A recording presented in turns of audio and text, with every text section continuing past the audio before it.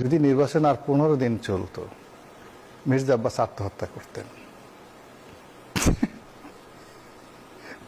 তাকে যে ভয় দেখানো হয়েছে, তার জীবন যেভাবে তেনা তেনা করে দেওয়া হয়েছে।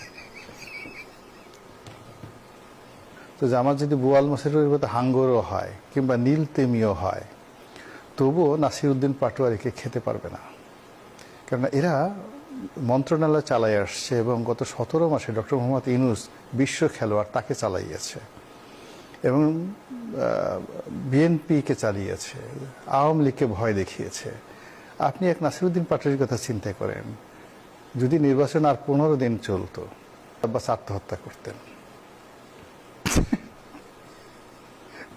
তাকে যে ভয় দেখানো হয়েছে, তার জীবন যেভাবে তেনা তেনা করে দেওয়া হয়েছে।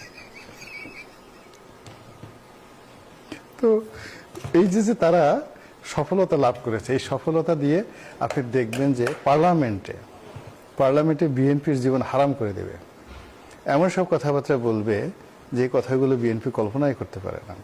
এবং পার্লামেন্টে ওই যারা যারা গেছে তাদেরকে শিখিয়ে দেবে নিত্য নতুন কথা। ফলে এই রাজনীতিতে তারা এস্টাবলিশড হয়ে গেছে, এটাকে আপনি আর বন্ধ করতে পারবেন না, বরং এদের মাধ্যমে আপনি একটা নতুন রাজনীতি দেখতে পারবেন বলে আমি মনে করতেছি।